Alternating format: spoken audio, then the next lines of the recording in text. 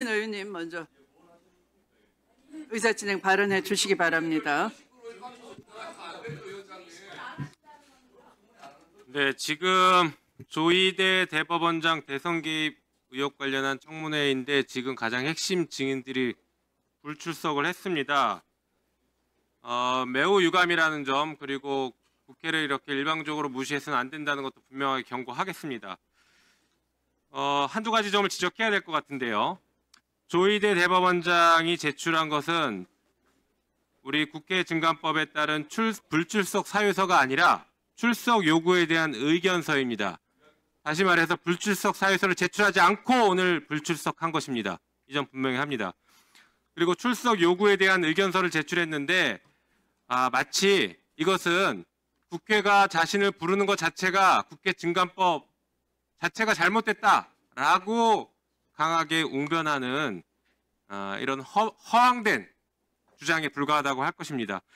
특히나 출석 요구에 대한 의견서에 여러 가지 이유를 달았는데 그 말들이 틀렸다는 걸 좀 말씀드릴게요. 법원조직법 등등이 따라서 못 한다라고 했는데요.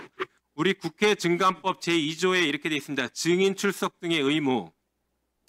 국회에서 안건의 심의 또는 국정감사나 국정조사와 관련하여 보고와 서류 및 해당 기관이 보유한 사진, 영상의 제출을 요구받거나 증인, 참고인으로서 출석이나 감정의 요구를 받을 때에는 이 법에 특별한 규정이 있는 경우를 제외하고는 다른 법률에도 불구하고가 중요합니다. 다른 법률에도 불구하고 누구든지 이에 따라야 한다. 그러니까 다른 법률을 이유로 불출석하겠다라는 이런 의견서를 내면 안 됩니다. 그리고 보니까 아까도 말씀드린 것처럼 출석 요구에 대한 의견서, 이게 지금 증인의 태도입니까? 법원에서 판사들 재판할 때 증인이 안 나올 때 불출석 사유서 안 내고 이렇게 의견서 내면 옳다거니 하고 그거 들어줍니까? 바로 과태료 부과하고 감치하겠다고 하고 난리쳤겠죠. 그런데 국회는 무시합니까? 국회도 헌법과 법률에 따라서 증인을 부를 수 있습니다. 그리고 이미 국회법에 따라서도 이 법사위에 출석 요구를 할 수 있습니다. 왜 대법원은 이 법 위에 있고 마치 자기들이 특권 계층인 것처럼 그렇게 행동합니까? 자, 볼까요? 같은 판사들인데 똑같은 이유로 출석 요구에 대한 의견서를 낸 사람들이 있고 불출석 사유서를 낸 사람이 있습니다. 고흥석 대법원 수석재판연구관, 그리고 이영진 대법원 형사총괄재판연구관, 이 두 분은 불출석 사유서를 냈습니다. 이 사유가 타당한지는 저희가 검토해 보겠지만 이게 맞죠? 같은 판사인데 누구는 의견서 내고 누구는 불출석 사유서 내고 이게 뭐 하는 겁니까 지금? 그리고 한덕수 불출석 사유서를 냈는데 심각합니다. 한덕수 불출석 사유서는 이렇습니다. 9월 30일 10시부터 서울중앙법원에서 열리는 제1회 공판기일에 피고로서 참석을 해야 하기 때문에 불출석한다고 했습니다. 이 재판 오전에 끝났습니다. 오후에는 이 불출석 사유서에 사유가 없습니다. 나왔어야죠. 한덕수 불출석한 거, 이 부분 저희는 강력하게 고발하고 처벌해야 된다고 생각합니다. 마찬가지로 이 판사들이, 대법원장을 비롯한 대법관 등 판사들이 불출석 사유서를 내지 않고 불출석했기 때문에, 의견서는 불출석 사유서가 아닙니다. 불출석 사유서를 내지 않고 불출석했기 때문에 전원 다 고발 조치해야 된다고 생각합니다. 그 부분을 분명하게 좀 강조드리겠습니다. 그리고 아까 지기현 판사 휴대폰 교체한 거 제가 잠깐 언급했었는데요.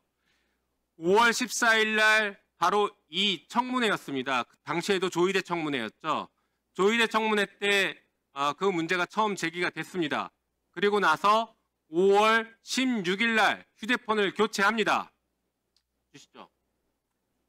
이렇게 5월 16일 날 교체하는데, 그러면 5월 14일 날 문제가 제기되자마자 그날 휴대폰을 온라인으로 주문했을 겁니다. 아마 중국산 휴대폰이니까 온라인 주문했을 겁니다. 주문하면 5월 16일 날 배송됐겠죠. 오후 2시 이후에 배송하면 다음날 배송 출발하지 않습니까? 그러니 이것은 5월 14일 날 사건이 터지자마자 의혹이 제기되자마자 곧바로 휴대폰 주문부터 했다라는 결정적인 증거입니다. 이거야말로 전형적인 증거 인멸입니다. 이런 것들 우리가 확인해야 되는데 왜 안 나옵니까? 이 안 나오는 증인들에 대해서 강력 네, 수고하셨습니다. 네, 조배숙 의원님.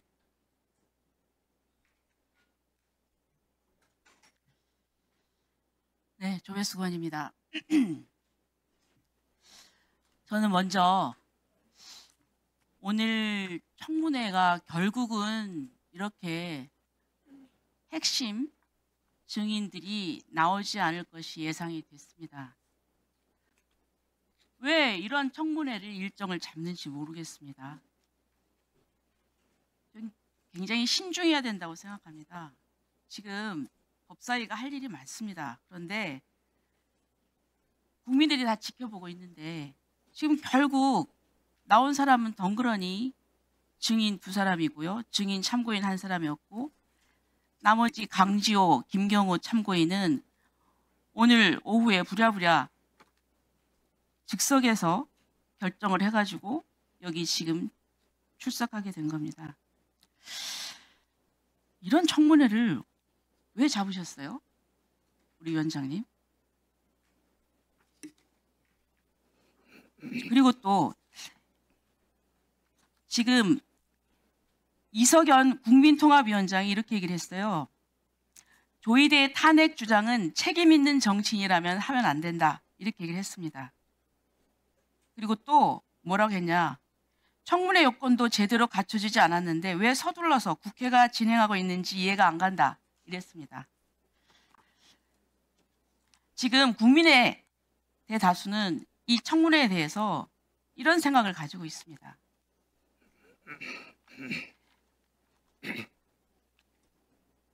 결국은 그렇습니다. 조희대 대선 개입 청문회 이렇게 돼 있는데요. 저는 이름부터 잘못됐다고 봅니다. 대법원이 한 판결은 정당하게 절차에 걸쳐서 한 것입니다. 무슨 선거 개입입니까? 죄 있는 사람을 죄 있다고 하는 것이 선거 개입입니까? 그런데 이런 대법원 판결을 억지로 문제 삼아서 사법부를 길들이고 정권의 사법 방탄을 완성하려는 정치 공작에 불과합니다. 그리고 또 오늘 청문회에 국민의힘에서 신청한 증인은 전혀 채택이 안 됐습니다.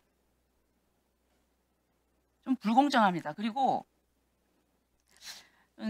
저는 위원장님께서 이 상임위 운영을 하는데 좀 더 공정하게 그리고 또 책임 있는 자세로 운영을 해주셨으면 좋겠습니다. 너무 편파적이십니다.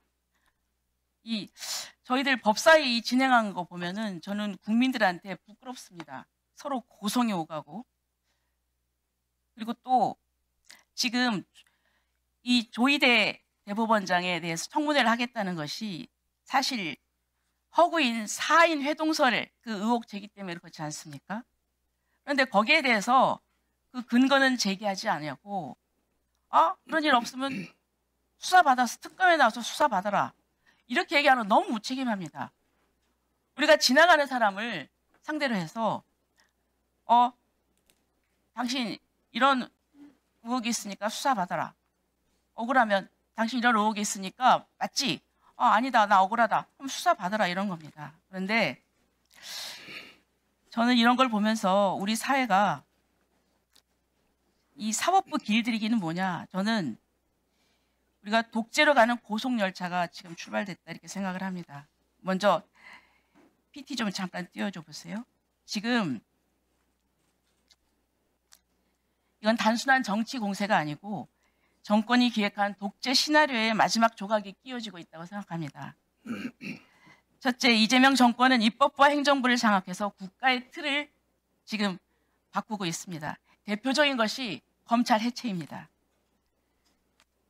대륙법계인 국가에서 검찰 제도라는 것이 이거는 핵심적인 준사법기관으로서 역할을 하고 있는데요. 이것을 해체한다는 것은 정말 우리 대륙법 그 형사법 체계에서는 불문율인데 이거는 정말 국가의 틀을 흔드는 것입니다. 두 번째는 언론 장악입니다. 방송 3법, 그리고 또 KBS, MBC, EBS를 민노총 방송으로 만들었습니다. 그렇죠. 언론을 장악해야 이 언론은 권력을 감시하는 눈과 귀입니다. 그래서 국민들한테 자기들 홍보하고 싶은 것만 홍보하고 그리고 부끄러운 거는 감춥니다. 그래서 지금 이재명 한 사람의 사법 리스크를 막기 위해서 위인 설법을 하더니 이제는 이준석 한 사람을 축출하기 위해서